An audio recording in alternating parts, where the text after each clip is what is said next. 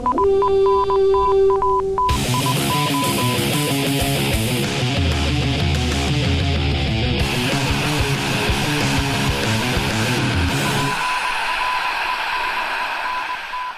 to Norse Code, the #1 podcast for your Minnesota Vikings.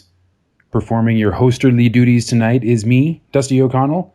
Alongside me, a guy who wrote a pretty awesome article for the Daily Norseman yesterday, our in-house analyst and Vikings blogger extraordinaire, Arif Hassan. How you doing, Arif? I'm good. How are you, man? Really, really good. I actually didn't get a chance to mention this, but I had my first Brazilian steakhouse experience last night. Oh, no way. Holy shit. I know. I had never participated in the meat parade before. I was going to mention it on Tuesday's show, but we went plenty long without it. But yeah, it was Rodizio Grill, not the chain that is, I guess, more well-known around the country. But really great food. If you're going to do Brazilian steakhouse, I strongly recommend going on a random weeknight at a weird hour. Because then the meat parade just never ends. Like, the servers are so bored, they basically like line up at your table offering you things over and over. And if you want more of something, you can just be like, hey, guy with the chicken hearts, can you come over here like right away? And he'll just like run back, get some more chicken hearts, and then show right back up at your table. Apparently it's not like that on football days. Wait, is the Brazilian steakhouse super popular in football? Do they have like a bunch of TVs? Well, it's like right downtown, and there's just like, before, football. I guess usually after the game, you get a lot of big guys downtown and they get hungry and they're like, well, I'm probably going to spend $50 if I go anywhere. So I may as well go spend $50 and be able to, jam 3 pounds of steak and other assorted meat products alongside some salad and awesome spicy little peppers and chimichurri and fried plantains and all the good stuff. So that was my night, and it was phenomenal. Strongly recommend.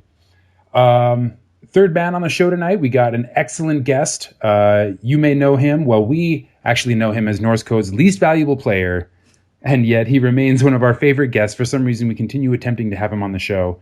Joining us tonight from Draft Mecca, Bleacher Report, and ForcePlayers.com, Justis Mosqueda. Draft Mecca's dead. You can't kill it. You can't kill it. We gotta keep. It's like Football Savages, man. We got to keep bringing you and Draft Mecca and Football Savages together. That's the thing is Matt Harmon was part of Draft Mecca, and now he's at NFL.com. Matt Harmon was a Mecca? No way. Yeah, he was part of. He was like, we had our team set up, right, where we had guys that would mock, and he was our Carolina guy because he's the only Carolina Panther fan on Twitter, other than Josh Norris, who's not actually a Carolina Panther fan. Yeah. So Matt Harmon will just tell us things behind the scenes at NFL.com now, where like the NFL official account is being ran in like the newsroom or whatever in Los Angeles, and then like Andrew Siciliano will just run in and be like, "Who the hell is him, Uncle Chaps?" Like, take it down. Yeah. So that stuff happens, and he'll just text us and just be like, "Oh my god, this is disgusting. You guys are horrible humans." Oh my god, that's my favorite story of the year. Holy shit. Yeah, I guess they have some TV that just like projects like the NFL Twitter feed, I guess. And Andrew Siciliano just goes, "Who the hell is Uncle Chaps? Who thought this was a good idea? Unretweet it." Which, click on like. Yeah. Click on like. Yeah, no, you can't. Can we cuss? We can't cuss on this. You can't unmute Uncle Chaps' ass. These are facts. We can, and you did. Awesome. This is going to be a great show. We got a preview of the Packers game coming up.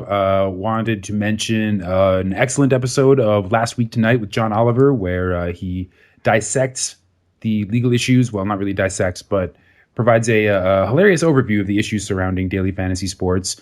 A fantastic mailbag, and much, much more if the pre-show has led me to believe anything. But first, a brief hat tip to our listeners. I was saying in the Hangout before the show, we should have been offering you guys candy a long time ago. Like, it turns out that delicious treats are the way to your hearts, because ever since we started, or ever since we conceived of Vikings horn-themed candy corn, the response has been, well, let's say we're getting a little bit past medium well. Yeah, we're past medium whelm. We're definitely at overwhelm. We're approaching overwhelmed. Actually, I'm going to rely on you to tell me when we're overwhelmed because you're the one that's actually making the candy. Yeah, well, we have to make a double batch now, which I'm not complaining about. It just means I have to make sure we've got enough powdered sugar. That's a lot of confectioner's sugar. Yeah. If you need more, I got a guy. Thanks for the hookup, man. No problem. So what do you do to get this? You just pour the wax? You just pour the candle wax that makes So I was ranting about this like 2 weeks ago about how candy corn and homemade candy corn are different because actually you're right. You're actually right that it is literally food grade wax, carnauba wax that they use in commercial candy corn, and it has ruined candy corn. If it had had a reputation, I guess it ruined candy corn. But actually homemade candy corn is really good, and it includes 0 food grade wax.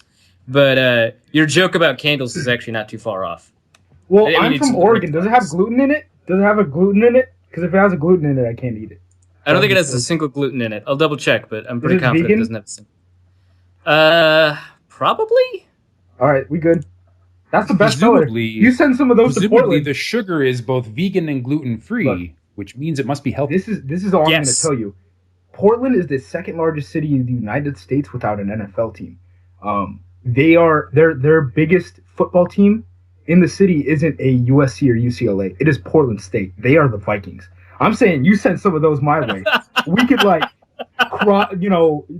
y'all have a coast? Y'all have like beach coast, right?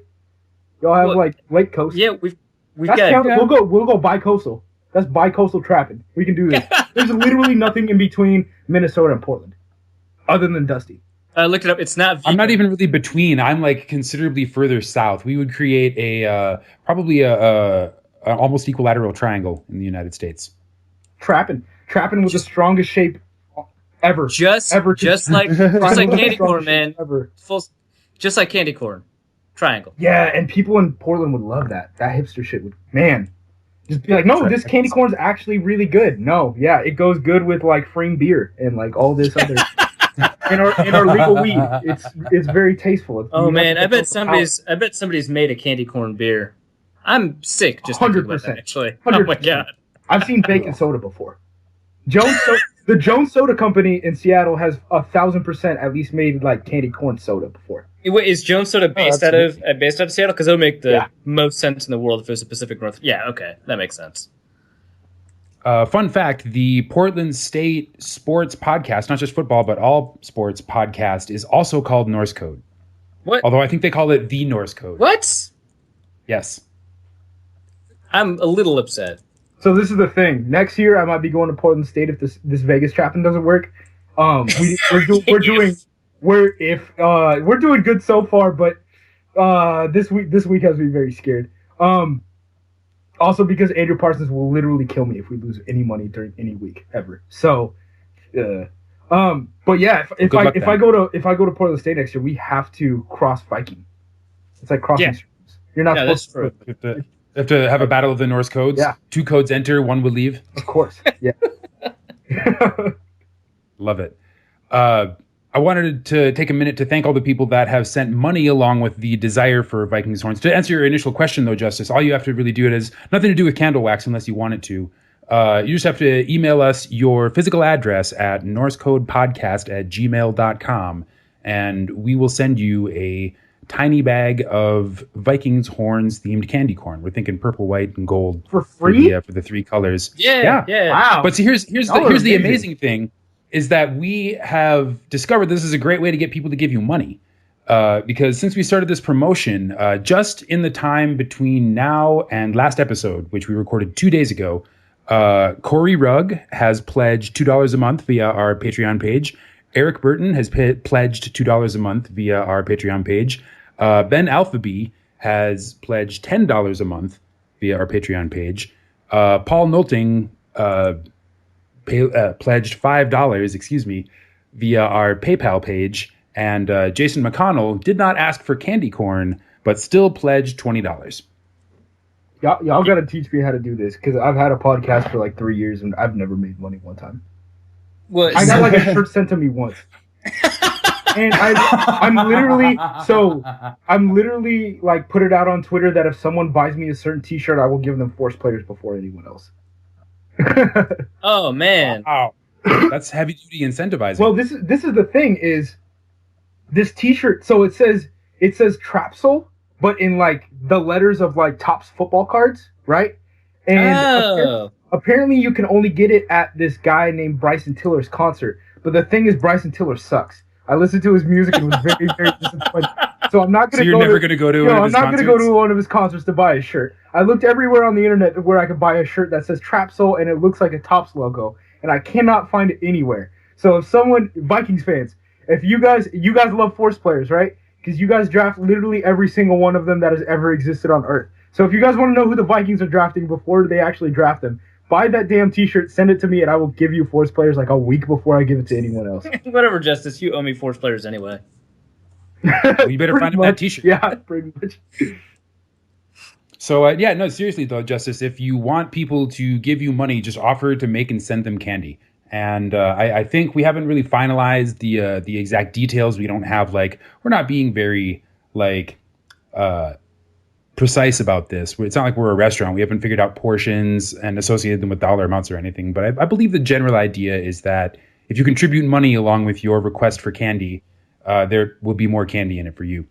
So be sure to visit our website at norsecodepodcast.com. Check out the little PayPal donate link in the bottom right-hand corner of the page. You will also find a link to our Patreon page there if you want to become a recurring contributor, which is actually, we would really appreciate that because it makes it easier for us to kind of project and plan for the future when we have a steady stream of income coming in to help defray the relentless costs of bandwidth, which, as the show becomes more popular, go up and up, which is a good thing, but it would be better if you guys would help us pay for it. So donate early, donate often, and expect your candy in the mail. Also, one last programming note. In the event that you go collect your podcasts on Google Play, Norse Code is now available on the podcast tab of Google Play Music. I know literally 0 people who do that, but in the event that you would like to be the first... We are available through that venue. You exactly. Early adopter, you. I wouldn't really call it early adoption. I would just file it in the same category as people who still use Windows phones. Just like a curiosity. Speaking of curiosities, there's a kind of headache-inducing image floating around the internet of this big fake boat with a TV screen on it instead of a sail that various private interests have come together to, I guess, plant or moor permanently outside the new Viking Stadium. Yeah, they had a press release and the Star Tribune printed it, and I didn't actually read it. I just saw the picture of a boat outside the stadium. I don't know. It's like a decoration. I didn't know they needed a press release for that, but it's cool. Apparently, it's a very large decoration that required the investment of some prominent individuals. I guess there's going to be a big TV screen on it that's going to show Vikings-related content and potentially content from the game that's happening inside. I really hope that the finished result is much different from the artist's conception, because the artist's conception is somewhere between dizzying and nauseating. Just somewhere between the two. No, I mean, I looked at it. I don't know if it's nauseating. It's just not great. Well, just the artwork. It's too I don't know what's going on there. It looks like a kaleidoscope threw up at first glance. I can't deal. I'm interested in this story. I want to see more of it unfold, but it seems like the rest of the Vikings universe is having kind of a mixed reaction to it as well. Well, the Star Tribune comment section is pretty gold if you wanted to take a look at that. Yeah, maybe we can have a link to that. That would be a nice thing to read. I'm not going to do it right this minute because we should probably mention that Terrence Newman makes it 2 weeks in a row that a Minnesota Viking has been named NFL Defensive Player of the Week. Yeah, no, go Terrence Newman. So I checked his age. He's not 50. He's 37. But yeah, still a kid according to Mike Zimmer. Still a kid according to Zimmer. But while we were watching, Vincent Frake tweeted at me, and he said that his mom genuinely asked if that was Terrence Newman's son who got that interception. So Terrence Newman is 4 years younger than my father. Holy crap! Yeah. But yeah, so there you go. Terrence Newman, Mike Zimmer superstar. Congratulations. Who's it going to be next week? Everson Griffin, maybe? Trey Wayne's in it. It's one of the DNs. It's someone's one of them's just gonna demolish him. Yeah. So Everson Griffin or Anthony Barr? Oh my God. Yeah. Both. Yeah, they'll split it. They'll split Defensive Player of the Week. Jesus. Yeah, I mean, when both of them break an NFL record, I mean, you got to give like if you surpass 8 sacks in a single game, you have to, you can't not have Player of the Week. That's true. I will concede that point, Justice. Linval Joseph has 10 tackles going into the Green Bay game. So the thing is, he will get 10 more tackles during the game. What is this with Linval Joseph that you guys just I just see like this isn't nose tackle stats. Like I just see people talk about nose tackle stats with Linval Joseph all the time. What? I think it's just the way you're curating your feed because there's not a ton of people talking about it. But it might just be Darren Page. There's a good chance it might just be Darren Page. It might just be Darren Page. Darren Page is the only Vikings follow I have. I know Linval Joseph is showing up in the box score and he's a nose tackle, so that's like cool. He's also showing up in the box score with linebacker numbers, so that's like super cool. I don't know, man. That's like super impressive stuff. So, and it's happened for the past 2 weeks consecutively, so now it's a thing. Well, so coming into this game in Minneapolis, the Vikings have a lot of, well, let's say, historical reasons to lose on their side. Historical reasons to lose. Okay. Well, I mean, if you believe that a losing/tying streak, I mean, Green Bay has been better than or equal to Minnesota all the way back to 2009, no matter where they play. And in 2009, we had to beat Green Bay with their franchise quarterback. So you could say that was special, though. I think that's worth double. I don't think it's worth less. No, I concur. In terms of an emotional, demoralizing victory, I would say that it's worth more to crush them with their own former weapon. Well, this is the thing, right? The Lions hadn't won in Green Bay since 1992, but the Packers haven't 91. Oh, it was 91. Yep, I'm wrong. But the Packers haven't won in Minnesota since last year, since all the way to last year. Since literally the last time they played. So, as we'll take on the underdog mentality. We're used to it at this point. You guys being the big bully brother, just beating us down year to year. I don't know, man. I'm super scared about this game. Like, I'm actually honestly frightened. Adrian Peterson looks good again, which scares me. I was counting on him not being good after the first couple games of the year because even against Denver, it was just really that one long run, right?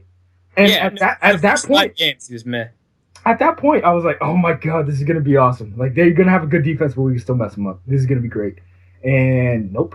And now Aaron Rodgers is seeing ghosts. Like, that's a legitimate thing now.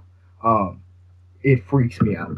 Like, it's not good at all. Like, it used to be. So one of the ways, I don't know how to get into this, not in depth, but I guess we'll go in depth.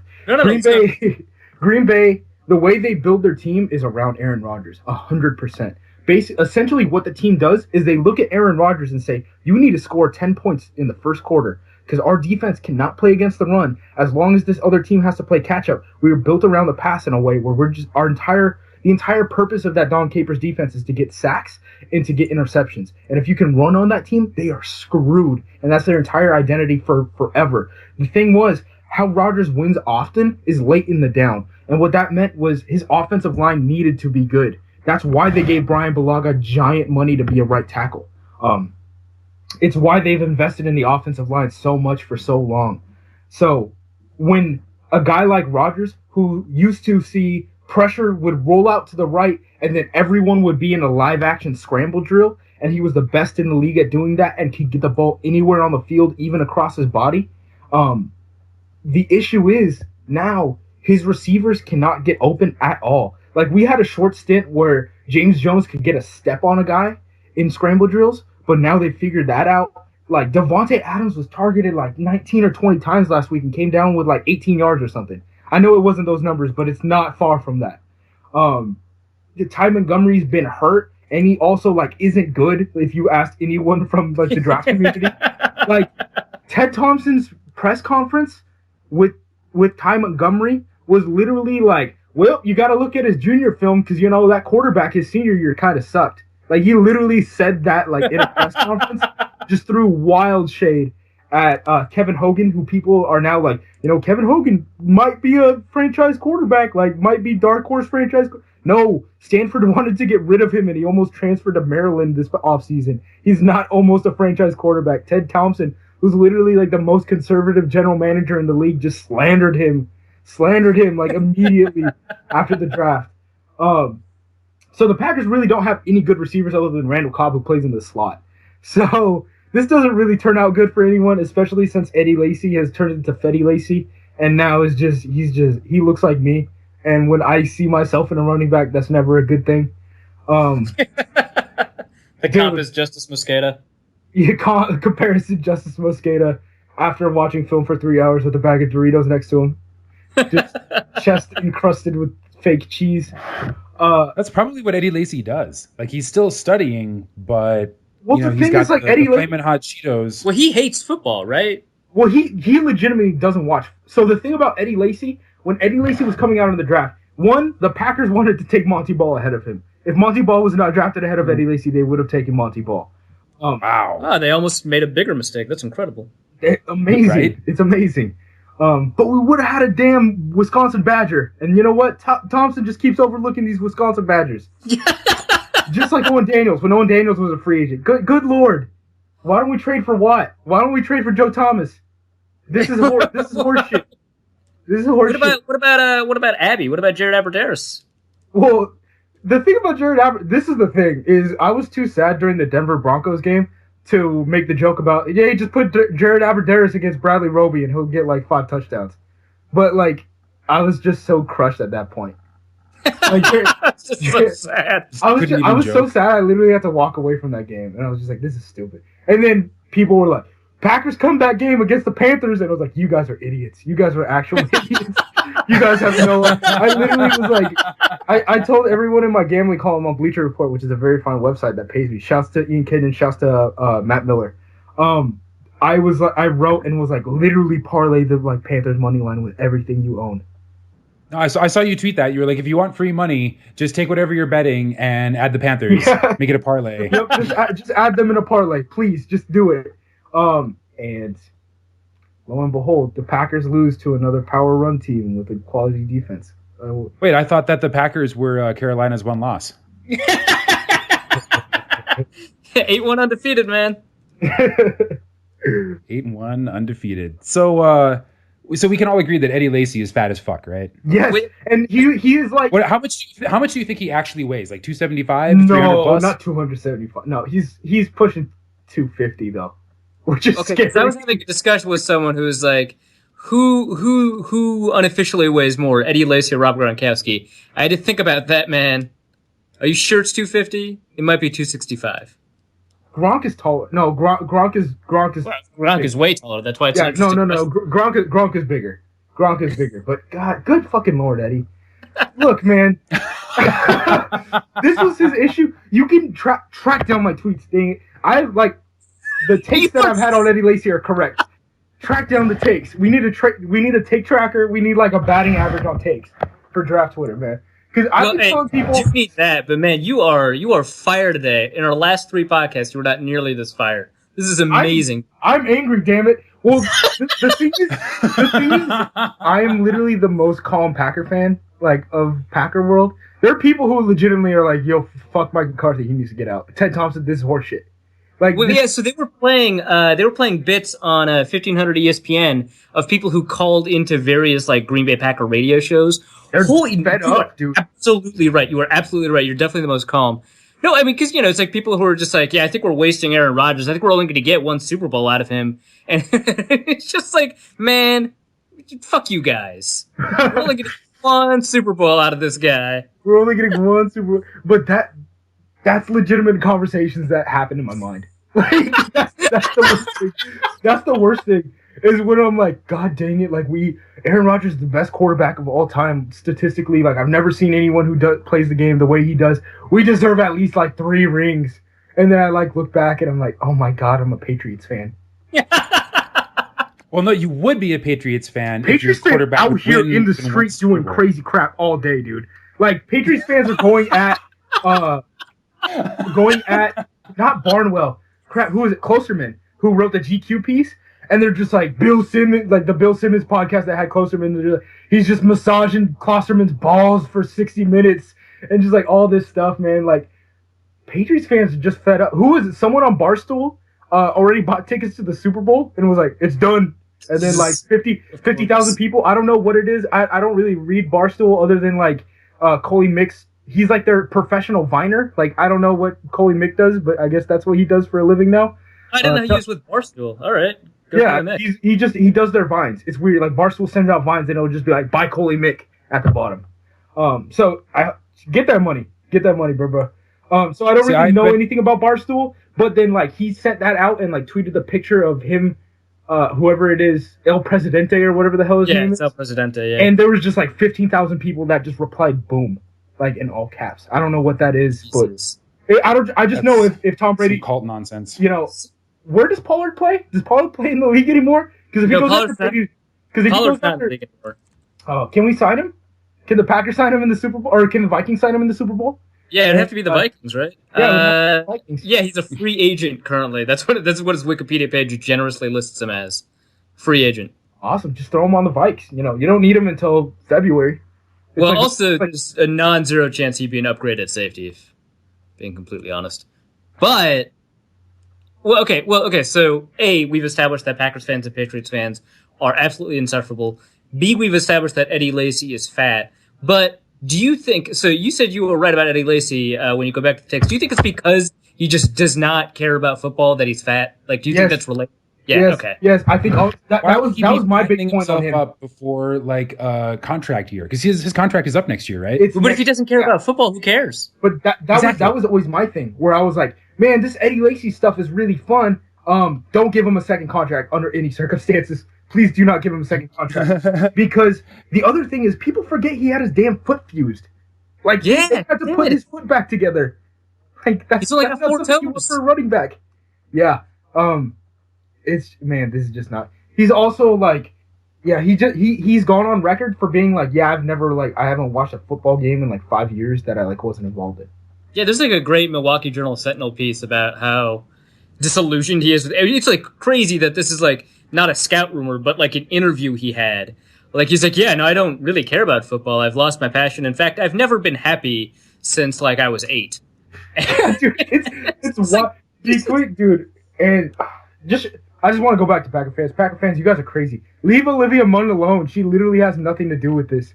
You guys are just attacking Olivia Munn for no goddamn reason. And leave Olivia alone. They're just like, well, you know, since she talked about them having sex, then like Packers is Godland, and we used to stand for something, and now we don't. And I'm like, Mark Chmura was on our team. Mark Chmura has a Super Bowl ring. I don't know what have you ever stood for. I'm like, I understand the whole Reggie White thing, but like, I don't know. There's also like a pretty good chance that Aaron Rodgers is actually an atheist, so you know, whatever. But wait, did you see Olivia Munn's tweet calling out the racist that everyone was quoting in the articles? Like, because she got like angry at everyone reporting this, which like whatever, man. It's just they were making fun of fans, not making fun of Olivia. But you know, she calls out all these reporters, and she called out like Rob Demovsky specifically. She called out ESPN. Yeah, I saw something about ESPN, and I was like, I don't know who. Yeah, because Rob Demovsky wrote like a piece that was like 5 reasons the Packers will lose, and number 5 was like pretty tongue in cheek. It's Olivia Munn's fault. And then he like quoted all of the tweets and the comments from the Journal Sentinel. And it's the one guy you're talking about, the guy that was like, we've, turned away from God, whatever. And so Olivia Munn went to this guy's Discus account and screenshotted all of the insanely racist shit that he said and then just tweeted it out. She's like, so this is who you're quoting. Goodbye. That was amazing. Olivia Munn. Shouts to Olivia Munn. Yeah, no, Rob Demovsky, that's fine. Because Rob Demovsky doesn't actually mean that. The Packers actually have like a really good beat. No, they've got a great beat. I love McGinn. I love Demovsky. All those guys will just randomly tweet like fire capers after like Demarius Randall gets a pick 6. Like that's what they do. Like they just kind of fuck with people. You have to keep yourself entertained in Green Bay, man. That's what I assume. Justice, let me ask you this. Eric Thompson wrote an article on Daily Norseman comparing Dom Capers. He called him the Brad Childress of defensive coordinators. Do you think that's a fair comparison? I mean, I don't know. I don't even blame Dom Capers. This is how the team is built. The team is built in a way where they literally the square one is looking at Aaron Rodgers and being like, "You need to score before they score." Oh, so it's like 2004, 2008 Colts. Yes. Yeah. I mean, this is literally who this exact team has been. And this team, if you look at going into the Denver Broncos game, if you look at their numbers, like scoring on the first drive and scoring in the first quarter, it was like 110 to like 28 or something in the first quarter. Like that's how that team wins. If they score early, they're going to win. If they get behind early, it's a wrap. It's literally a wrap. That's why I felt good going into the Broncos game, because the Broncos hadn't scored on their first drive at all the entire season up until that point, right? So I was like, this is a slam dunk. Bet all your money on Green Bay in this game. This is perfect. The Broncos are frauds like 5 times. I sent out a tweet that was like the 4 horsemen wrestling crew that had like they held up their like the 4 fingers together, and I was like, how many interceptions is Peyton Manning gonna have this week? And I said that at least 5 times, and then someone had to explain to me who Chris Benoit was, and I was very, very sad. So, I mean, I was super confident going into that Denver Broncos game and being like, this team is different. And since then, just everything is fine. Well, I mean, you were sort of right. 0 people threw it back in your face. This team is different. Well, okay, well, let's talk a little bit about something that you deeply love and admire about the Vikings, which their love of force players. So we've talked about this before on the show. I've talked about it before. I basically like cribbed all your stuff to talk about it. But you're the progenitor of force players, and the Vikings are very good at accumulating force players. So tell us what force players are, and tell us who the Vikings have that are force players. So force players is basically a way you can measure force from combine metrics. The NFL lies to you. The numbers that come out on NFL.com are not true. You need to get your hands on NFL Combine sheets. Unfortunately, there was a site which was big in the draft community, which posted those numbers before, until the NFL realized they were posting those numbers, and then they sued the shit out of them. So they're no longer public domain. I would put out these numbers if I weren't getting sued in this situation. Got to get that money. I love football. I love force players. I love trying to change the culture, but I also love not being broke. So that's why I keep it close to the chest. Essentially, you can look at 40 time, 10 split. You combine the jumps. You use both the shuttle and the 3-cone, and you can figure out a player's closing speed, a player's lower body explosion, a player's ankle flexion, and a player's hip flexibility. And when you combine all of those things and you pass them through certain thresholds based on density, you can figure out which players are essentially going to succeed as edge rushers in the NFL. And it's really not that hard, and it has a really high hit rate. It's kind of crazy that teams don't listen. But I know at least some teams do listen, right? To me specifically, or that they kind of figured this out on their own? Either. I don't know, man. You say that some teams have clued into force players. It certainly seems like the Vikings are kind of clued in. Yeah, I don't know anyone in Minnesota though. I know for a fact there are scouts on 4 different teams that have gone to the force player site. One of them thinks it's complete like horse crap. Like one of them doesn't believe it at all. He's my favorite person, and if I can convert him, I can convert anyone. And that's pretty much where I stand on that point. He's my favorite, where I just like talk to him about it all the time, and I don't believe, because the problem is, he has a guy who is one of the non-force players who actually managed to hit, and there's like 4 of them in the league. Right. So you can't. Well, 2 of them were injured before the combine, right? It's like Alvin Smith. Yeah. But this is one of the things where, like, when just going back and running into these numbers, I can see and be like, oh, the Colts hit on undersized pass rushers, so they kept hitting on they kept trying to draft undersized pass rushers, and they kept missing, and things like that. Whereas they took like Vincent Burns from Kentucky, who literally never played a game with like the third round pick, like a 7. Kind of like how the Steelers draft too, where they Yep. They finally hit on. You can't tell me James Harrison doesn't exist. Yeah, Don't tell me I can't draft. He exists, and he will kill everyone in this building. So yeah, as far as Vikings, the Vikings by far have the most outright force players on the team. They have Robeson, they have Griffin, they have Barr. I believe Eric Kendricks would have passed through the filter. Chad Greenway passed through the filter, though I don't know how much it matters for linebackers. Like I've been on record for saying I don't think this matters that much for non-edge positions. You know, it might matter. It might matter for 3 technique. That's the only other one. But even 3 technique is like, hey, Gerald McCoy doesn't count. And then it's like, well, what the hell are we doing here then? It's the same thing. It's the same thing when people are like, hey, look it up for other positions and things. And they're like, hey, what other body type is kind of like edge rusher? And they're like, tight end. And like, go look up tight end. And I'm like, well, you know, Gronkowski isn't a force player, so there's really no point in doing this. So I'm just like, you know what? No, this is it works for edge rushers, and it really only works for edge rushers, and that's it. Did I count Barr already? If I counted Barr already, then yes. Hunter, who is your now third pass rusher. Yeah. Yep. And then and the other one, Crichton. Yeah. Free Crichton. Yeah. So you guys literally like, I don't know what's up, man. You guys just keep drafting force players, and it hurts me. You guys had. And in the 3rd and 4th rounds too. They keep drafting force players when they're the only force players available. In the 3rd and 4th round. So Crichton, Hunter, Griffin, and Robinson were all drafted in the 3rd and 4th round. So, yeah. All right, Vikings. The Packers are also loaded like that too, where it's weird. I mean, some of these guys don't count, right? Because like B.J. Raji, obviously not edge player, but so he passed through. He's a freak athlete for his size. But Peppers doesn't count though because they got him as a free agent. But like Clay Matthews, Peppers was also too old. We literally don't have data on him because he's too old. So like all of this stuff where like I'm like, hey, look at the force players. There's like 15 guys who are on track to get double-digit sacks, and 12 of them are force players. Look, force players is like an actual thing, and I highlight them with blue being force players, yellow being mid-tier, red being non-force players, and then Julius Peppers is just in this shade of gray. We don't have recorded data for him because he came before like people cared about combine numbers. Like we have his 40 time, but like I'm gonna need his jumps and his like 3-cone and his short shuttle, and no one has that apparently. Yeah, I guess not. All right. Then let's talk a little bit about the specific matchup. So you keep on talking about how, you know, one of the problems in the Green Bay passing game is that the receivers aren't getting open. A lot of that has to do with Jordy Nelson being injured. A lot of that has to do with Randall Cobb having a particular usage profile.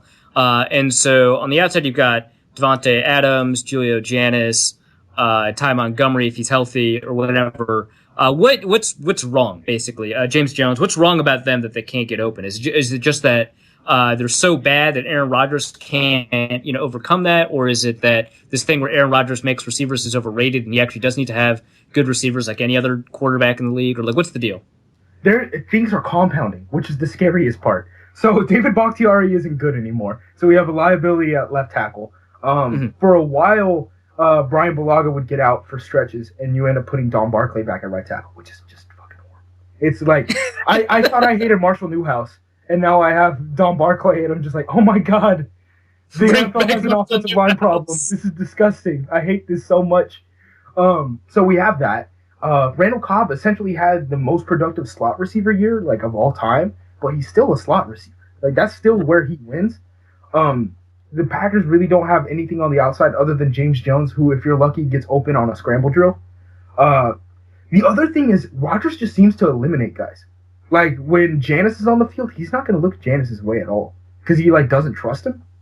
Like, it's almost like I dealt with this issue in high school football when I was coaching this past year, where, like, I would just, talk to my freshman quarterback and be like, what? The speed out's open. Like, why aren't you throwing it to him? And he's like, he doesn't know what route he's running half the time, so I just don't look his way.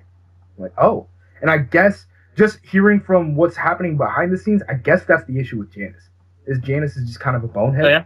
So he runs really fast, but unless Rodgers is just going to throw bombs all day, he's not really going to get the ball, and that's not the kind of guy Rodgers is in the first place. Like, Rodgers is a very efficient football player.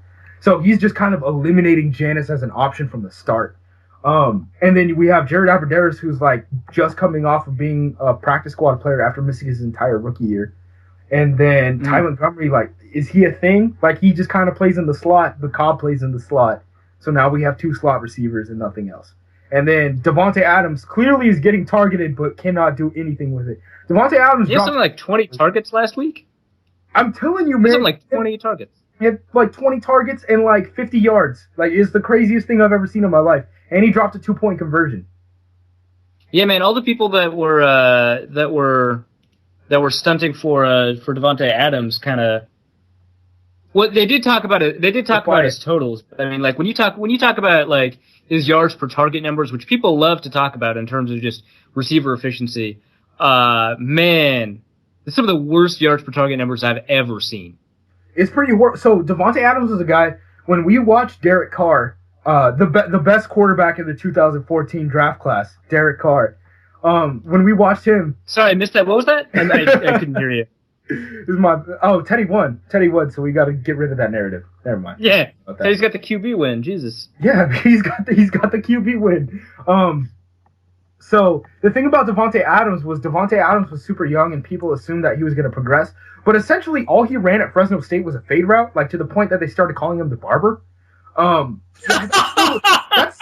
That's still really only the route. That's still really the only route that he knows how to run. That's amazing. Like the hype surrounding Devontae Adams was like he beat out Jarrett Boykin, which is like, yeah, yes he did. I don't know what to do. I don't know what to do with that. So yeah, please Jordy Nelson, come back next year, man. I need your grittiness. I need your gym ratness. I need your coach on the fieldness. The blue collarness. I need the blue collar. The lunch pailness. The lunch pail. The Packers suck. I don't know, man. They're horrible. They're actually bad. And so I'm not done. So this is the other thing. So we have bad offensive line now. We went from a good pass blocking offensive line. You have bad edge protection. You're an interior. We have bad edge protection. Okay.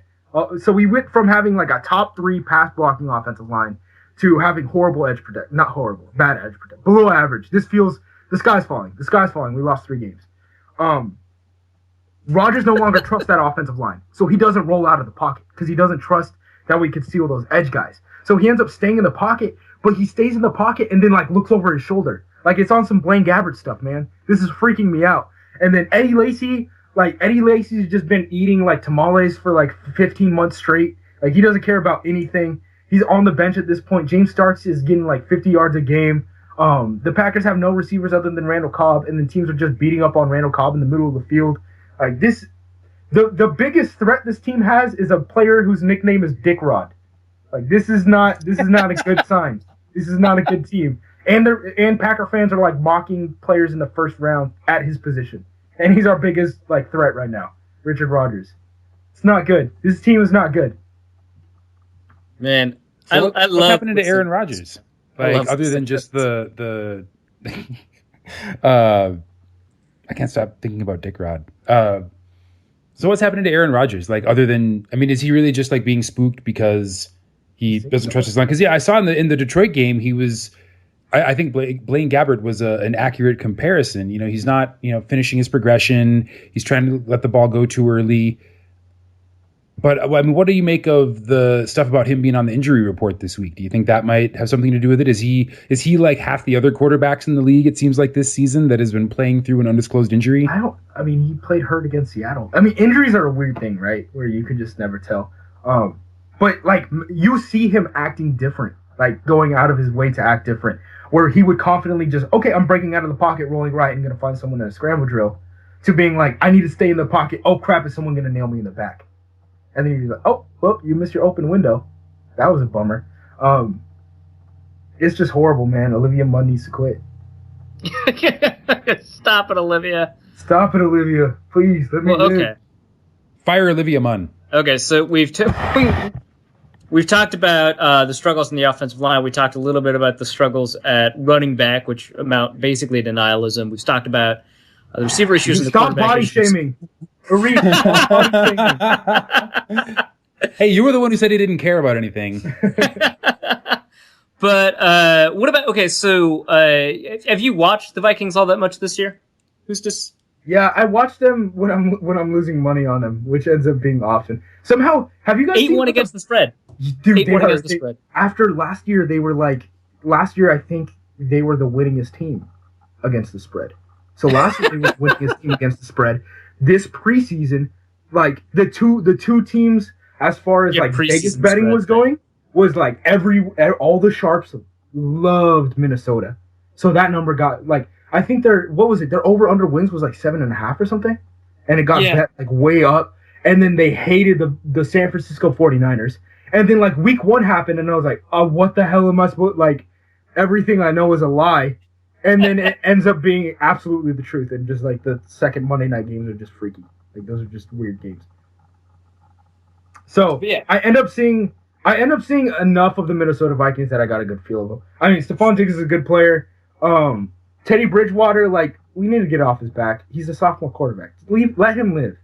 Just let him live. TJ Clemmings is playing right tackle for him. Let him live. Oh my God, we're not going to start talking about TJ Clemmings. TJ Clemmings, whose college staff wasn't confident enough in him as a pass protector to put him on the left side. They were like, no. He's the most athletic person that we've had on the line in maybe a decade. But no, please don't do that. Yeah. So I see that your defense is really good and your defense is freaky. It bums me out that Adrian Peterson is as good as he is because I was counting on him not doing that, and no. Yeah, no. I think that's a surprise for everybody. So in a world where the Packers win, how do they win? Like, what defensive problems do the Packers exploit? Do you think? Oh my God. It's got to be Andrew Sandeo. That's all I can think of. It's literally the only thing I can think of. Yeah, it'd have to be like we get like weird screen passes to start the game. Like, just kind of take advantage of how aggressive that defense can be at times. Mm-hmm. Yeah, man, they're pretty good against screen passes. I don't know what to tell you. Yeah, I know that was my holdup on that. It was like, oh my God, yeah, basically uncharacteristic things would have to happen. That or like just Dick Rod targeting. Dick Rod all day. Hey, tight ends always feel like a threat from a fantasy perspective. The Vikings aren't actually that bad against tight ends, but I'm always worried about tight ends, so maybe it's Dick Rod, the tight end. Well, let's talk about the other side of the ball. You talked a little bit about Adrian and how he's good this year. So what's the deal? So the Packers have basically one inside linebacker who's actually an outside linebacker. How do you? I mean, what Adrian Peterson averages like 200 yards a game against the Packers? Well, how do you stop him? I don't Doug, I don't know which one you're referring to because Nate Palmer. Oh my God, that's true. Nate Palmer was a defensive end in college and moved to outside linebacker, and then we kicked him to inside linebacker. Sam Barrington got hurt. We also were like, well, we'll just kick the can down, and it was like, well, no one in the first round that we like. Don't want to draft Stephon Anthony in the first round. Second round, we're like, oh, no one that we like. Third round, nope, no one that we like. And then we're like, well, I guess we'll take Jake Ryan. So Jake Ryan is like our only real linebacker. He is a rookie from Michigan. He has had to deal with multiple knee issues, and he is not the player he was as a college sophomore. So he was a good pick though, just not a good strategy for you to rely on him. Yeah, it was just bad that our other options are like Nathan Palmer and then like an injured option of Sam Barrington, and then Clay Matthews plays inside, which then forces Nick Perry and Mike Neal to start outside next to or opposite of Julius Peppers. Which sometimes is good. Like Nick Perry somehow shut down both sides of the read option against Seattle, but he's also horrible. Like, I don't know. He's just very inconsistent. Like, I have no idea what happened. Like, this is what I'm telling you. Going into that Denver game, like, players had crazy games in ways that they've never had before, where I'm like, oh, Nick Perry, we're going against the Seattle Seahawks. He's going to get torched. And then, he ends up tackling Marshawn Lynch and Russell Wilson at the same time. And I'm like, what's going on here? I don't understand what's going on. And then we realize it's just the Sierra curse, and that Future did it to him. Yeah.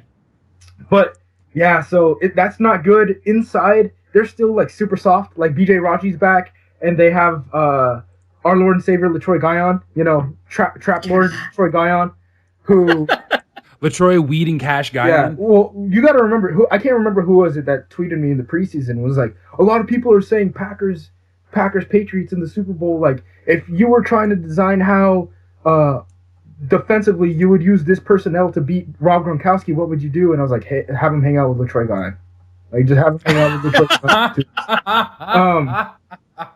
But, like... the perfect strategy. The starting Deion's on this team, not very good. Like, Dayton Jones is getting reps, but Dayton Jones very much is just still, like... He still kind of plays like a 4-3 defensive end. You know? He's just a penetrator, and he's a pass rusher. This team does not care about your run game. It's very evident. They just keep drafting pass rushers, and then when they don't turn out, they're like, oh, they could be inside linebackers. So is this going to turn out like the Oakland game where Oakland dared us to run, and so Adrian Peterson went for 200 yards and a touchdown? Dude. You might go for like that. It sounds like a yes. Yeah. This is not good. Absolutely like yes. But okay, so the Packers use their first and second round picks on cornerbacks that barely see the field, so hey, man. They spent their first and second round picks on a baseball player and a basketball player. A punt gunner. Sir, my first round punt gunner. Give him. Yeah, they did. They whoa. Our first round punt gunner is way better than your first round punt gunner.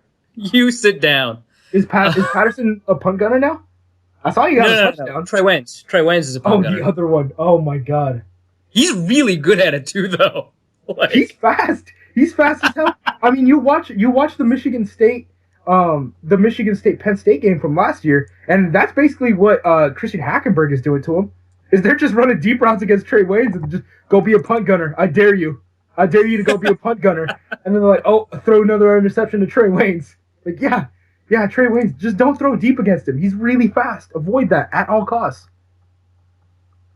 So I'm actually taking a look at the Packers depth chart. So I know that Sam Barrington's out, and I think that y'all Carl Bradford's on the practice squad. But I'm just looking, and it's like another former college pass rusher who got moved to inside exactly. Wasn't Joe Thomas also a pass rusher in college at South Carolina State? He played at South Carolina State, sir. You're gonna have to ask someone else. They pay me to watch draft prospects, but they don't pay me that much, man. Let's just say that it was. So you got Joe Thomas, Nate Palmer, Carl Bradford, Clay Matthews. Pass rushers turn into inside linebackers. And then Jake Ryan. It's crazy when they put Julius Peppers there. Like, he's gonna be 6'6", just mangling around. They're just gonna be like, "What the hell are they doing?" Like, we played Charles Woodson at safety. It's like the same thing. It's the same thing. Charles Woodson is still doing things in Oakland. Julius Peppers got like 15 more years at inside linebacker. No. So the Packers defense was actually not too bad to begin the year. They were horrible against the run. No. They were bad against the run. They were horrible against the run on a yard per carry basis. The problem is they wouldn't put you in a position where you could carry the ball. Yeah. Okay. That's fair. So the issue is that they're playing a style of defense that they can't play because of the nature of the game script. But the second thing is also, so Sam Shields was injured. Is he going to be healthy for the game? You know what? I'm not sure. Honestly, I don't really know. But even if he isn't, like, you could run a double move on Sam Shields any day. Sam Shields is a guy who is very fast on the edge and is getting paid as much as Earl Thomas to not be as good as a football player is. Adrian Peterson doesn't do double moves. His double move is to go fast and then go faster. You can run over him. No. Yeah, Sam Shields will just go down. Yeah, you don't have to worry about that too much. I remember when Sam Shields was lining up against Cordell Patterson, and I was like, oh, this is perfect for Sam Shields. God damn it. Because it's literally the only receiver that I think Sam Shields is perfectly suited for. But he's just going to run deep. Him and Julio Janis. Yeah. Yeah, Julio Janis and Cordell Patterson. Brothers from another mother. Well, so you've got Demarius Randall, Quentin Rollins, Micah Hyde, right? He's still playing? Yeah. Casey Hayward. Casey Hayward, who now runs like a 4.8, dude. Casey Hayward's legs are good. He was good for a while. This is the thing, man. Drafting short corners who aren't very fast is a real fun game until they lose a step. Like, we're all on this, like, I don't know. Like, we see a lot of bad tall corners get drafted early. He's 26, lose a step. He's lost a step. He's lost a step. Yes. I mean, I you watch you. it. I mean, no, watch. He's going to go against some slot receiver. He's going to get like 28 yards on him and be like, oh my God. Casey Hayward shouldn't be on the field anymore. Be like, well, I want to see Adam Thielen boat race him. So have you guys seen do you guys have a guy who will lose in a foot race to the Packers tight end who looks like an offensive lineman? I don't think so. Well, not any skill players. Someone said that he's leading the NFL in like guy who runs and looks like a dad. Leading the NFL in dad athleticism. Yeah. That athleticism. Well, what's the name of that tight end? Justin Perillo? Yes. Well, just watch him. Well, just look at it. Just Google him and search him. I'll search him. But no, I mean, the Viking skill players they all got good 40s. Even Adam Thielen.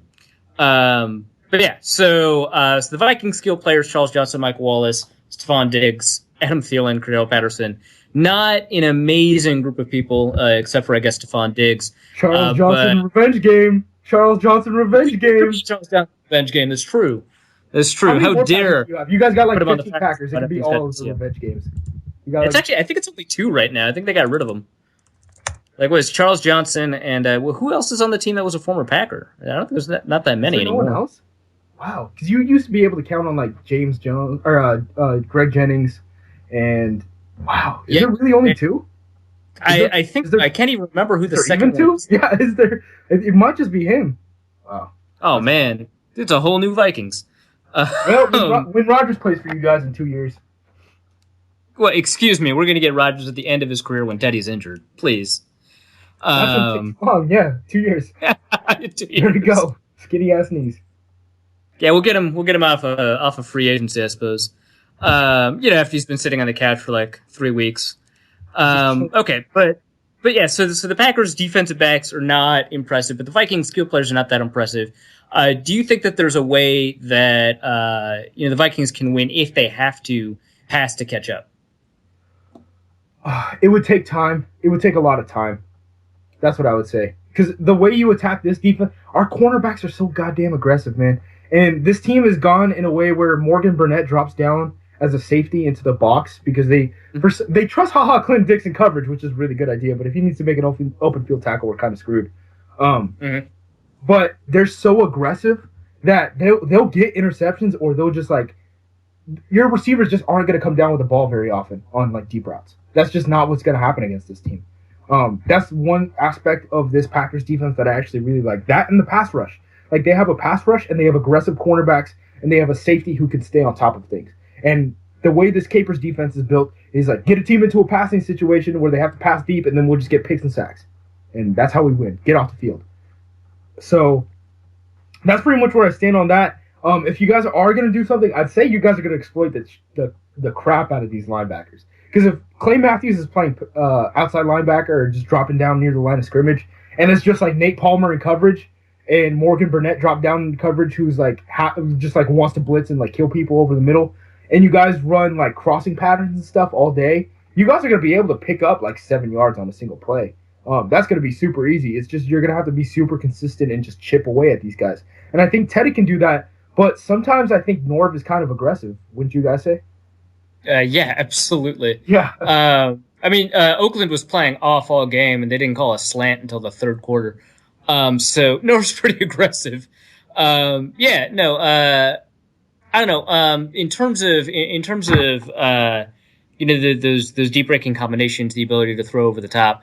Do you think that in a 2-minute situation, if the Vikings are down 4 or whatever, you've seen Teddy in 2-minute situations. He's pretty special in 2-minute situations. Yeah, but given the nature of the Packers defense, do you think in a 2-minute situation that the Vikings would be underdogs? Do you think that they would not be favored in like a live betting scenario? If it was a tied game, I think I would give the edge to Green Bay just because of how that defense is built. Like, literally, that team is built on, like, if we get 1 sack, we kill your drive. If we get an interception, we end your drive. We don't care how many times we have to give up, 7-yard plays. Like, take 7 yards every time. We're going to dare you to do something different. And the issue is, if a team is up and they're just willing to take these 7 yards every time, that ends up becoming the issue. But if it's a tie game where a team has to be desperate and string along plays, the Packers are going to take their gambles, and teams aren't going to get more than where they throw. Like, a guy isn't going to... these corners are good enough on the boundary that they aren't just going to miss a tackle and that guy's going to get 40 other yards, after the catch. That's just not going to happen against this team. But this team is going to send a bunch of blitzes at you, and they are going to be very aggressive. I don't know, man. I would lean toward Green Bay in that situation. All right, fair enough. Anything else you want to get off your chest, man? Sounds like you're hurting. This team sucks, man. It's horrible. This team's, what are we, 6-3? We're 6-3. Yeah. Burn the whole shit down. 6-3. This team sucks. It's terrible. Burn it down. We're second in the NFC North. This is just, who are you tanking for in the draft? Trying to get Miles Jack? We're Tank Torcito for Track Torcito. Yeah. No, we are all on. Yeah. We're getting Derrick Henry, and we're gonna get we just need to figure out a way where we can lease Alabama running backs. We're not looking into buying. We just want to lease them. If we can lease them for their first 2 years, that would be amazing. That would be if we could lease Alabama running backs and like Stanford tight ends. Like, let's do it. Ted Thompson's gonna figure out a way how to do it. I trust him. I trust in the White Wizard. He still has my heart. Fire Mike McCarthy. Fire Olivia Munn. Fire Dom Capers. Fire everyone other than Ted Thompson. Ted Thompson is my love. He's my savior. Okay, so takeaway. Well, one last thing. Takeaway differential for the Packers is +7. Takeaway differential for the Vikings, despite having phenomenal fumble luck, is a mere +2. Given how most experts believe this game to be very evenly matched, or experts come down, approximately half on one side or half on the other, how much do you think that like fumble luck or turnovers will be like a big deciding factor in this game? Man, I feel way more confident in answering that if I knew what the first 2 drives of the game looked like. Because are the Vikings turning it over with fumbles or interceptions? A little bit of both. Because I wouldn't see why they would need to throw an interception if they go up by even 3 points in this game. Like, just throw safe passes and just run the damn ball. And then just let AD run the ball. Dude, it's not even AD. Like, put Jerick McKinnon out there. Like, Jerick McKinnon will get 150 yards. I'm not joking, man. I'm not joking. Wow. What was it? Dude, I would pay so much money to see Jerick McKinnon put up 150. Dude, the Packers won against the Packers. Oh my God! Christmas came early that year. The Packers won the first 2 games of the year, and they like gave up 140 yards rushing like both times. And people were like, wow. "Hey, this Packers team is really good. Like, we didn't go off to a slow start. Like, this is gonna be a Super Bowl team." And I'm like, "Hey guys, guess what? We still like actually have no idea how to stop the run." And then we went against Seattle, and we somehow like Nick Perry decided to take like crazy roids for that week, and was just like, "Yep, gonna shut down both sides of the read option. Gonna do that." Wasn't that when Darren Page first tweeted out the picture of the dog in the office that's on fire, and he's like, "This is fine." Yes. Wasn't he talking about that? Darren Page, I don't know, man. Darren Page out here talking a lot of shit. Darren Page is having a lot of fun with this. Like, Darren Page is like, he's no longer a professional account. He's letting us know that he's no longer a professional account. Yeah. All right, well, give us a score prediction. Fuck, dude. 38-10? 34-10. Jesus. Justice. I'm not kidding, dude. Like, you guys don't understand. Like, this is exactly like what I was talking about when we were going into the Carolina game. And people were like, the Packers don't come off back-to-back losses. Like, that's not really a thing. Like, the Packers just don't do that. And I'm like, well, it's probably because they don't face, like, strong defenses and, like, a run game in back-to-back games. Like, that's just not the team that the Packers lost to the Lions at home last week. The Packers they don't even have They don't have a running game. They really don't have a defense. Matthew Stafford got benched. Literally everyone on that staff has been fired at least once, other than Caldwell. Like, can you even call them the Detroit Lions? Like, the Green Bay Packers lost to the NFL question marks. Yeah. Like they lost to the interims. They are like the embodiment of like Detroit car company bailout. Like, that's what that team is right now. And we lost NFL we lost to the bailout. This is not. We lost to the bailout because our future Hall of Fame quarterback isn't good enough, and he's playing like Blaine Gabbert. I don't know. Like, this must be so fun for Viking fans. Like, this must be what it feels like for like Jaguar fans who are watching Peyton Manning right now, and I'm like, you bastard! I hate you so much. I love it. I just bask in this. Okay. 38-10 from Drew Musk. 34-10. I changed my 34-10. Jeez. Sorry, I didn't mean to overstate the difference between 24 and 28 points. Well, I'm a gambler. He made a big point out of like dialing it back a little bit. He was like, okay, maybe that was a little crazy. I still think the Packers are only going to score 10. Wait, what book can you buy like 18 points, Justice, like that the difference between 24 and 28 is substantial to you? I'll find one. I'll find someone on the street. I'll find someone on the street. If I came up to you and was like, hey, I'll bet you, like, I wouldn't bet you even money. I don't know how high I would have to make those odds to actually take that line. But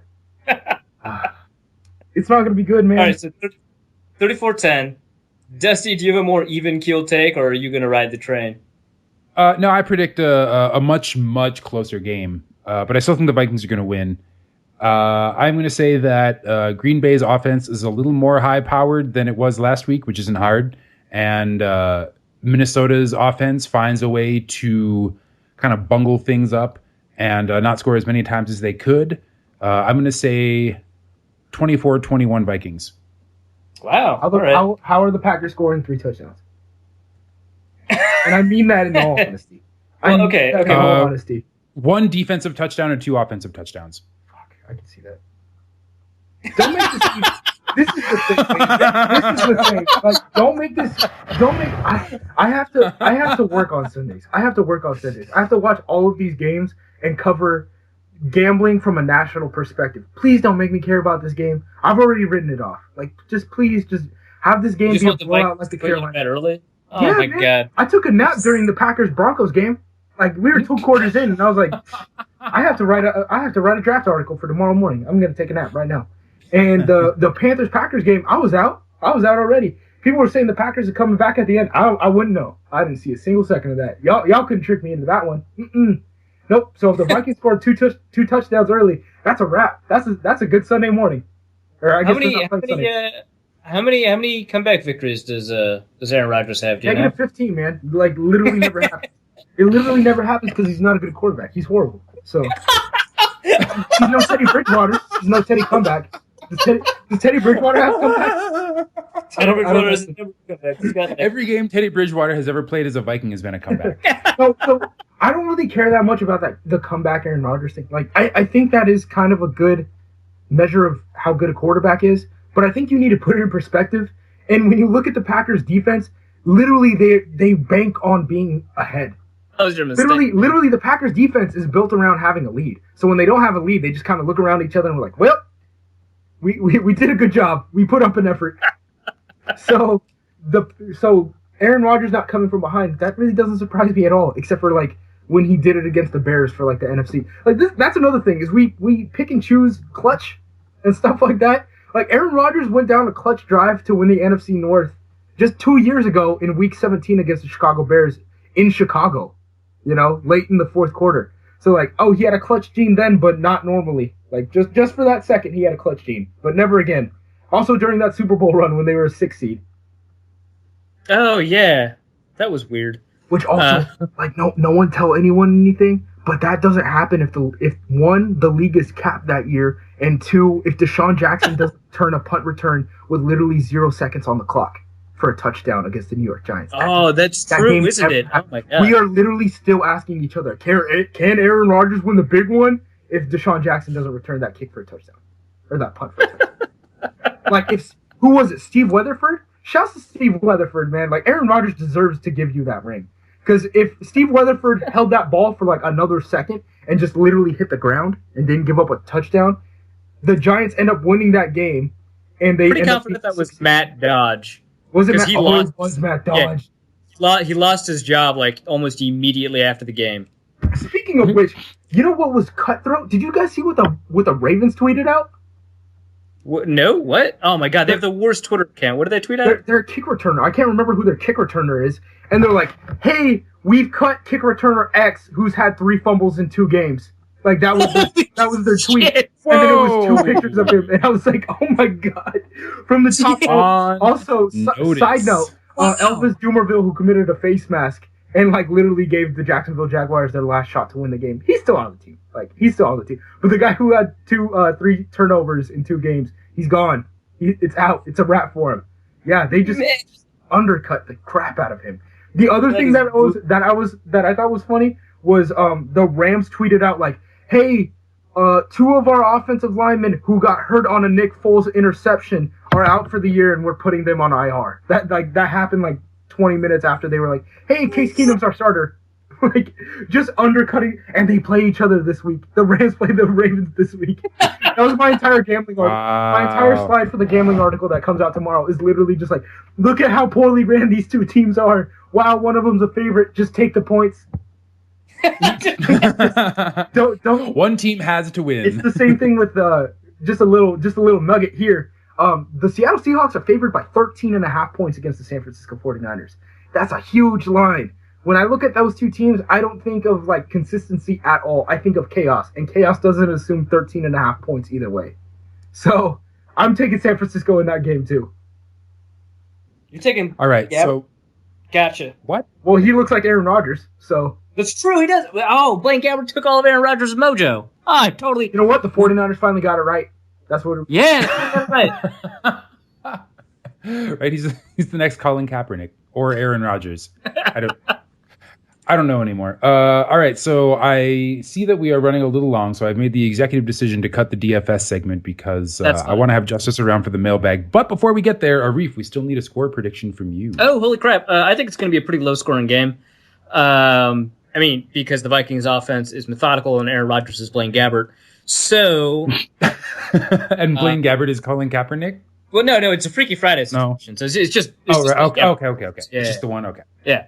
So I'm gonna say let's throw in a score that has a safety in it.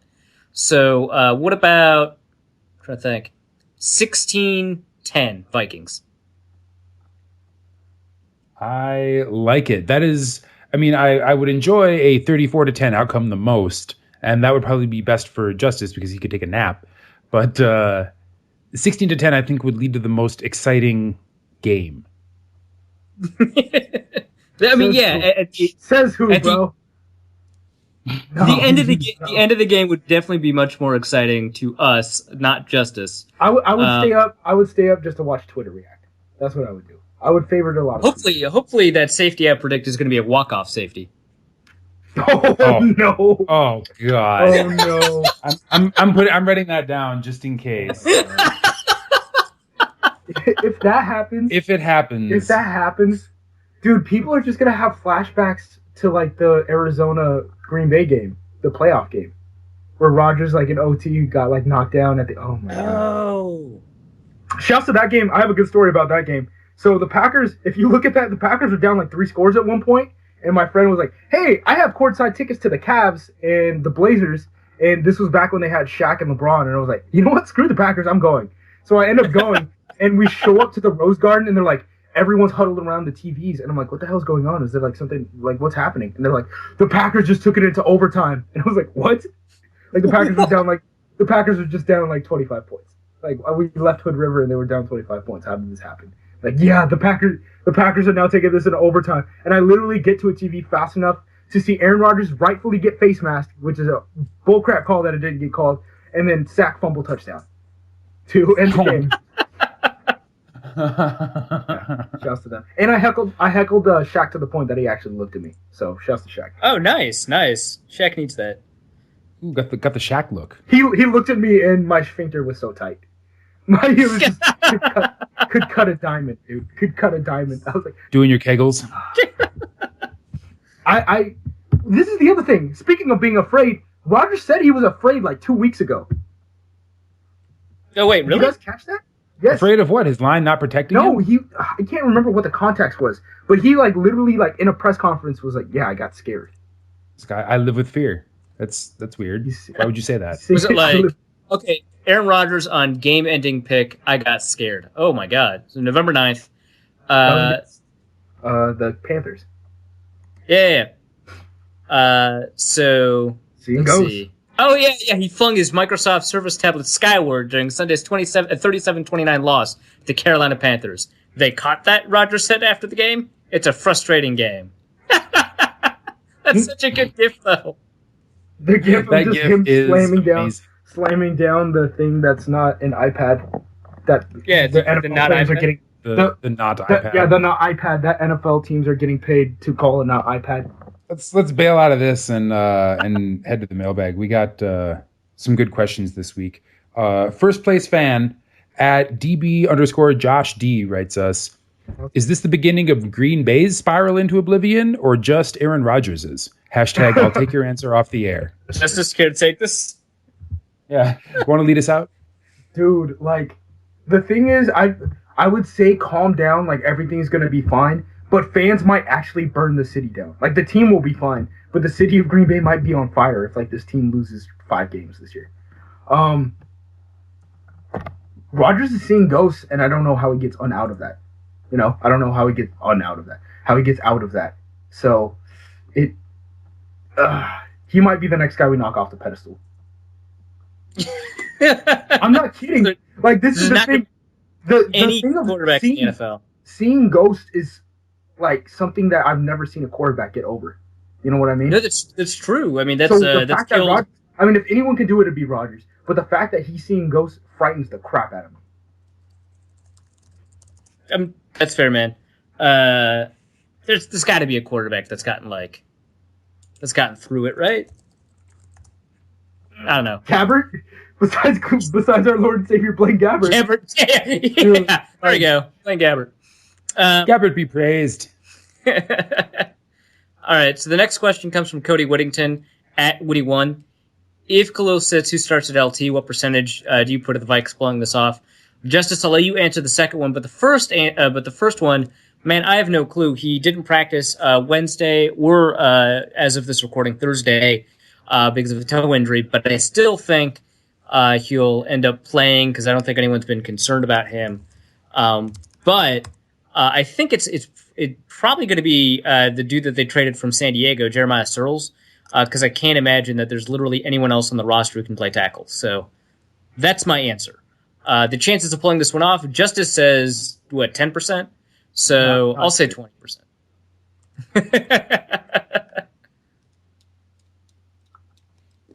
And the second question, what percentage do you put on the Vikings pulling this off? The amalgam of experts says 53%. So does Pro Football Reference. More or less, so does Vegas, I guess. Vegas would put it at 53% Packers, I guess, if the line is -1 Vikings at home. No, it'd be 53% Vikings. No, but wouldn't that be like -3.5? Well, but home? It is at home, so you can't take the at home out of it. Count it. They're still playing at home. Yeah. On a neutral field, maybe, but like on a neutral field, Packers are favored slightly, but right now Minnesota's favored. I do not believe a single person. Like, Minnesota's a favorite against the Packers, and like Vegas sharps aren't pounding the crap out of Green Bay. Not only that line opened as a pick'em and got bet down to Minnesota. Oh, it opened as a pick'em. Oh my god! What? Holy crap! No, money is. Wow, so the sharps are on Minnesota's side. So are you on the sharp side then? Me? Yeah, I was on the sharp side. This Packers team is bad. This Packers team is not good. Like, I don't know what else to say, man. This team is not good. It's not fun to root for this team. If you root for this team, I feel really bad for you. Because this team's probably they're going to put up enough of a fight the second half of the season when they're not facing these power run teams. But then the issue is, like, Carolina's already in the playoffs, and, like, Minnesota's probably, like... Carolina's like, you guys are going to get the wild card, but then what? Yeah, the Packers are going to get in the wild card, and then they'll, like, beat up on, like... Oh, my God, like, Philadelphia. Like, they'll hit someone hard in the face. They'll hit someone hard in the face. And then they'll get into the next round where they'll obviously be facing the Minnesota Vikings or Carolina Panthers, since neither of those teams are going to lose a single game for the rest of the season. And they're just going to get kicked in the throat, dude. Like, it's going to be that Ronda Rousey fight all over again. It's going to be like the Vikings dodging, and then the Packers being like, whoa, where'd they go? And then a punch to the face, and then a kick to the throat. That's how that goes down in the playoffs. I guarantee you the Vikings will never lose the way Ronda Rousey lost that fight, because the Packers, the script that's was... what Justice is saying. Oh no, the Packers will definitely... That is exactly what will happen. You were right. I'm sorry. Y'all saw the NFC Championship game, right? Y'all still remember that? Y'all still remember the heart-crushing loss where we ended up we were up 3 scores and we got an interception late in the fourth quarter and still managed to blow that game? That was against a power running team, wasn't it? It was against a power running team with a good defense. Wow. You know who we lost to before that? We literally lose to them and the San Francisco 49ers when they were a power run-based team. which had a good defense.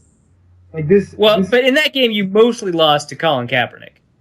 Well, yeah. That was also because Casey Hayward dropped a pick six. Shouts to Casey Hayward, who's lost a step.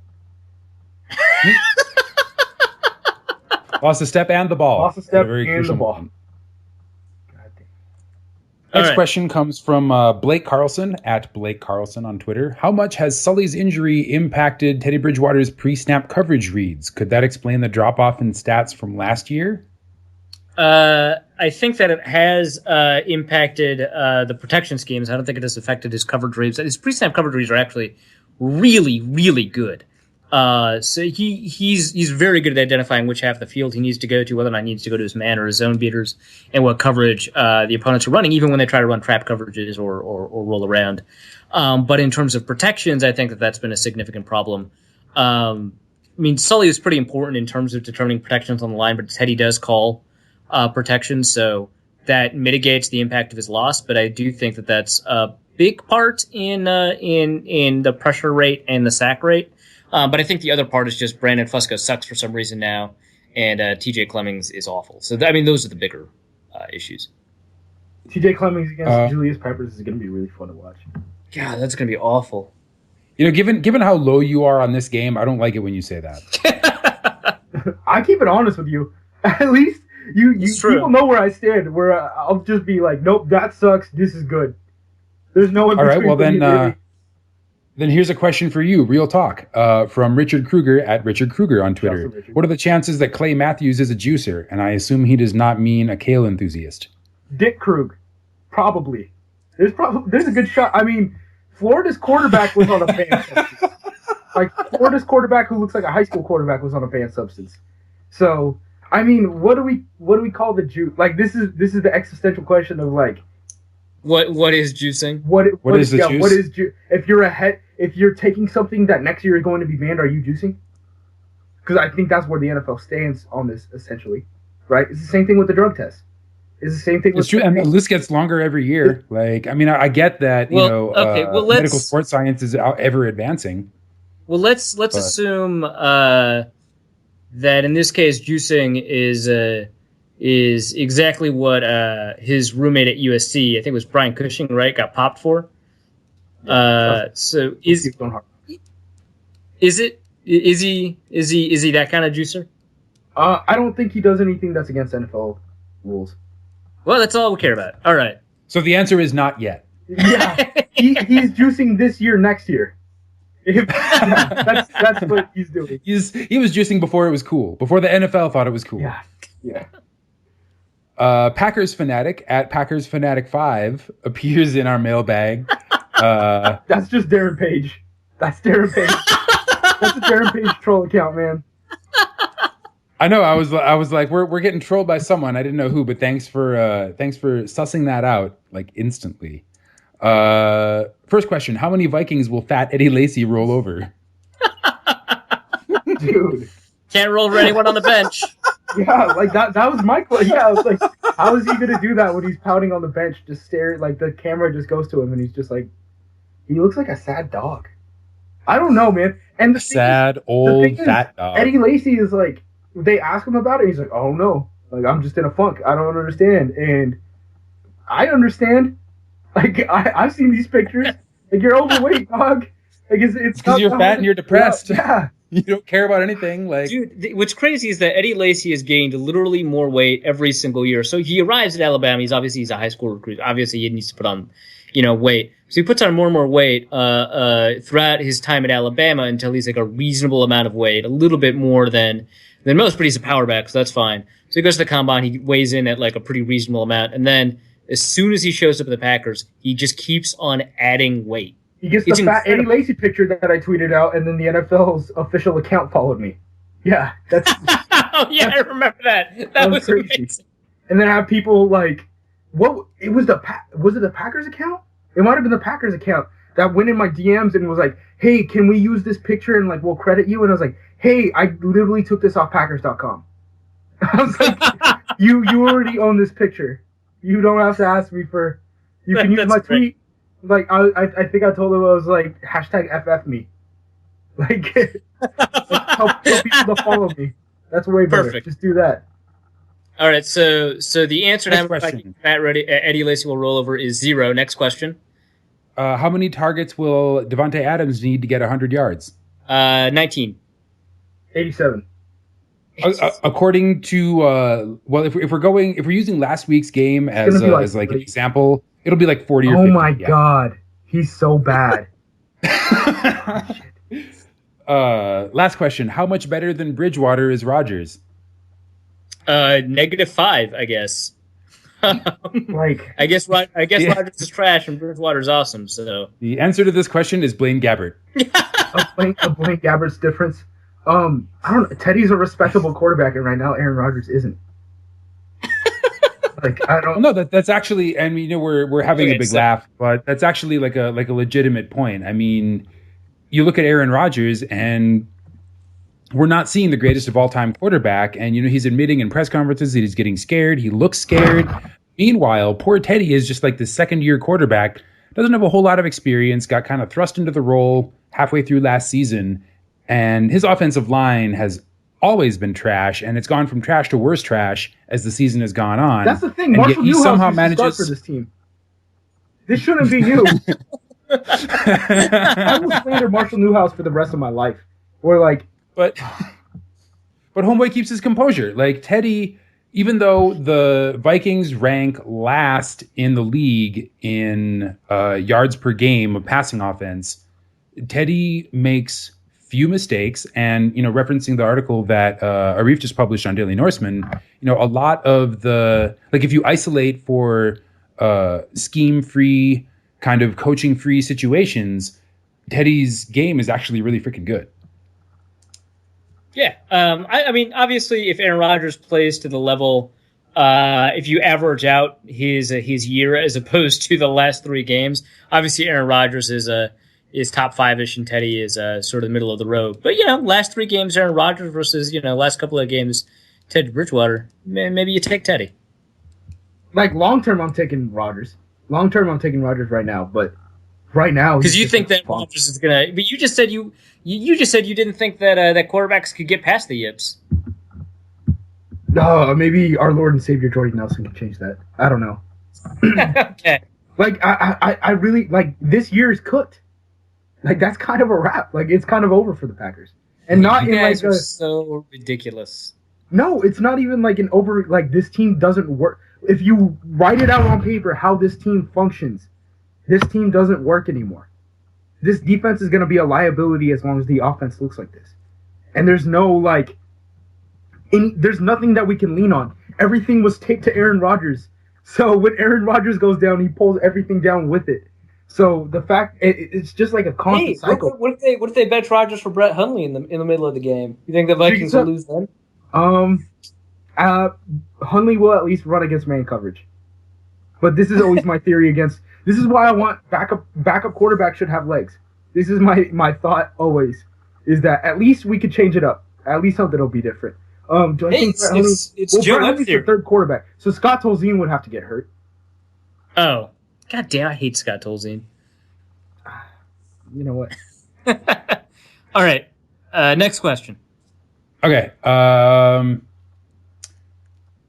the Gun writes us with a series of questions at Tommy the Gun 13 on Twitter. Viking fans say Eddie Lacy has never been bigger. Packer fans say he's never been skinnier. What is the truth? Fuck Packer fans. That's the truth. That, my friend, is the truth. For the rest of the season, unlimited bagel bites on Tuesdays or unlimited pizza rolls on Wednesdays? Pizza rolls, easy. That's not even close. Yeah. Disagree. Fewer carbs. Fewer carbs. Dusty, what? Get out. Bagel bites. Bagel bites. Leave this podcast. Me and Justice will finish this out. All right, last question from Tommy Gunn. Most likely to happen for the Vikings this game. A, touchdown return for Patterson. B, touchdown return for Sherrills, or C, a safety. Well, I think Reed's already picked C. It might be Patterson. Yeah, I think I got to go with A. Yeah. I hate all these questions, man. Every single one of these questions is wow, the Packers are really this bad this year. Oh, I love it. All right. Racer K at Racercraft writes us, how many Vikings players are elite? Well, if we are using the Force Players metric and limiting it to only Force players, then the answer is all of them. Well, I think for their position, you'd say Linval Joseph is elite. I think Harrison Smith is elite. Anthony Barr is actually really close. I think a lot of people he's are missing. crazy. I think you have to include Barr and Griffin. Anthony Barr's insane in coverage. Yeah, he's really. He might good. be like let's the way we look at Jamie Collins might be the way we look at Anthony Barr in like by the end of the year. Yeah, no, for sure. Let's put Anthony Barr there for now. Anyway, just because I don't know, he's been playing friggin' phenomenally, and he's getting overshadowed by Harrison Smith and Linval Joseph, which is kind of crazy. And then let's not forget Phil Sullivan, or John Sullivan rather. Well, John Sullivan, if that counts. Adrian Peterson, hey man, he's playing elite. There's also like no healthy backs in the league, so he's kind of in that category automatically. But yeah, he's elite. Stephon Diggs, maybe? No? He's close. Let's wait. There's a lot of rookie. receivers, man. Okay. So yeah. But yeah, that's 4 elite players. That's incredible. Audi Cole? Yeah. All he does is score touchdowns. Oh, and listen, well, how about He's the John Kuhn?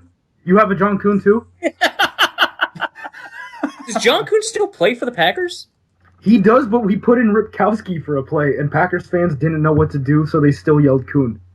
That's incredible. Like, Ripkowski's going to play his entire career, and people are still going to yell Kuhn every single time he catches the ball out of the backfield. I advocate this. That's amazing. More of this. Also, the Packers have 2 fullbacks? They drafted him. What? Yeah, they drafted. He was a player who got drafted, and I immediately looked at what was happening on my screen and was like, "Oh shit! I need to go open that PDF that I got from Dane Brugler." I was like, I have to turn in an article about this guy that I've barely seen in 15 minutes. Oh no! Turn up Draft Breakdown, throw that on the television, read the stuff from Dane Brugler, go to his bio on the University of Oklahoma's page. That was just me frantically trying to do 3 things at the same time. Okay, so the answer is 5. 5 Vikings players are elite. When Arif stands in line for Star Wars, is he going to be an Ewok or R2-D2? Man, fuck you, Racer K. That's all I gotta say. Harsh. What? I think you should take inspiration from my plan and wear a Star Trek uniform. No, I'm not going to be an asshole. Jesus. All right. Nate Schetzel writes us with his customary email questions. He actually sent them in for the last show, but I wanted to get Justis's opinion on them, I guess, and they're not super time sensitive. So here they are. Terrence Newman back next year as a cornerback or perhaps a free safety. What do you think, Justis? Man, what is he, 37? Yeah, he's 37. Trey Wayne's got to see the field soon. I think he sees himself moving out. Is he going to play next to Harrison Smith? Is Sendejo that bad? Where you could just move Terrence Newman over instantly? Yeah, that's why he is that bad. Yes. All right. It's actually less about getting Trey Waynes on the field, although that's kind of like a net benefit, and more about getting Andrew Sendejo off the field. Yeah, do what you need to do. All right. So the offense seems to be turning in the same performances, game narrative-wise, whether we are against the stout Rams defense or the lousy Raider one. Is there an explosive boot-on-the-neck team in Nor's playbook somewhere? No. I don't think that's bad. No, it seems like they're methodical on purpose. Yeah. I don't know that the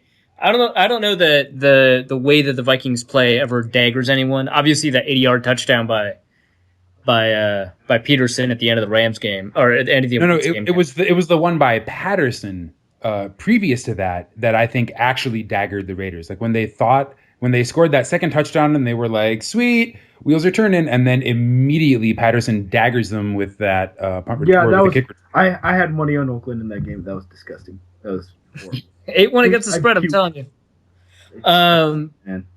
But yeah, that's not the kind of team there.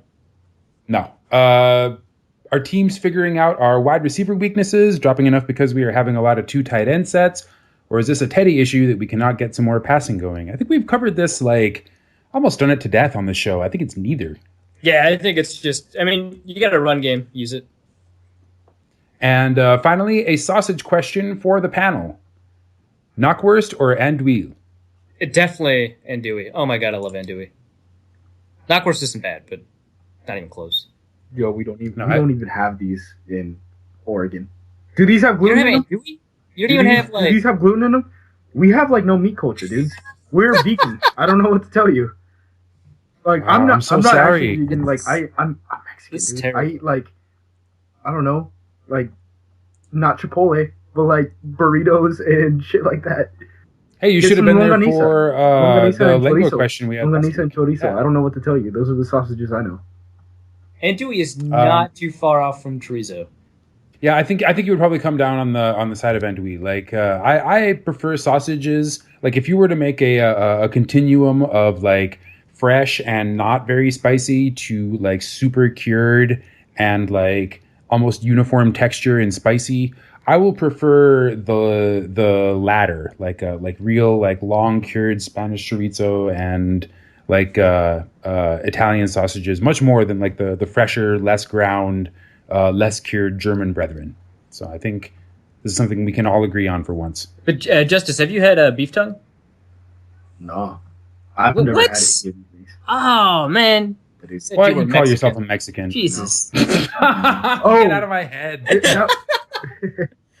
Wait, just like tongue? Yeah. Lingua. Call it lingua. Don't be a weirdo. I thought you were talking about some like weird sausage thing. Yeah, I've had lingua. Oh no. Yeah, that was close. That was close. No, stop being a weirdo. I'm sorry, I didn't call it lingua. But it's awesome, right? Yeah, it's good. Like it's really good. Like yeah, that was a heck of a show. Thank you so much, Justis, for being on the show. I don't know that I've ever laughed as much during a taping of Norse Code. This was one for the ages. That's what I'm here for. Because this Packers team is very laughable. You clearly had a lot. You came in with an agenda, I think. The Packers suck, and people need to know that they suck. These takes need to come off. Like I'm not even really that passionate about the Packers. I'm just passionate about my takes. Like people need. When the Packers suck and people are like, I've gotten burned just too many times saying this Packers team is good, and then I have seen the light. The Lord has saved me. Well, I am grateful that you chose to come on our show and help spread the gospel. We are more than happy to proselytize on your behalf. Anytime we get to talk about how much the Packers suck, it's a good time. You can follow Justis on Twitter, strongly recommended, by the way, at JUMOSQ. Jumosk. Yeah, we've been over this. You can follow Arif at Arif Hassan NFL. You can follow me at Dusty O'Connell and the show at Norse Code DN. You can find Justis writing on Bleacher Report and ForcePlayers occasionally. Do you have plans to do draft stuff other places? I know Draft Breakdown. Draft Breakdown. We do a podcast, and I'm doing some ForcePlayers stuff. There's just not enough time in season to do a bunch of college football stuff. So I'm doing things for Bleacher Report right now, and when the NFL season ends, I'll do more for Draft Breakdown. That's solid. Well, yeah, check out the Draft Breakdown podcast. Throw a couple bucks their way. Justis is hungry for lingua, and this is a hard business to make any money in. Speaking of making money, you can always visit the Norse Code website at norsecodepodcast.com and contribute either via PayPal or become a recurring donor via our Patreon page at patreon.com/NorseCode. Norse Code is hosted by the Daily Norseman, as you will hear in a moment. Props to them for being cool. Make sure you stop by there and check out Arif's latest article on Teddy Bridgewater. We have a Facebook page, facebook.com/Daily Norseman. And I think that about sums up our internet presence and wraps up episode 101 of the Old Norse Code. I just want to say before we go that, I can't wait to be on in week 17 when we go against each other and then again in the divisional round. Yeah, it'll be fun when we host you in the playoffs. Yeah, when we have to travel to Minnesota again. Yeah. That'll be real fun. I'm enthusiastic for that.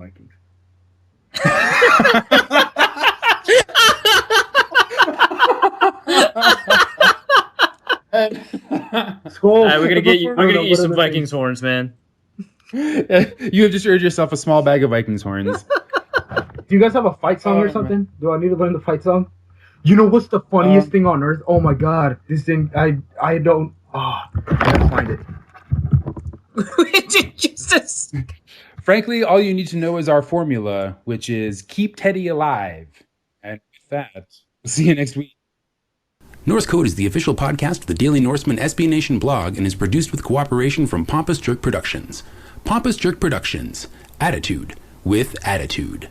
The opinions expressed in this podcast are solely those of their contributors and do not reflect official positions of the Minnesota Vikings, SB Nation, the Daily Norseman staff, or PJP. No information in this podcast should be construed as gambling advice. Please obey all local gaming laws. Our formula is this. We go out, we hit people in the mouth.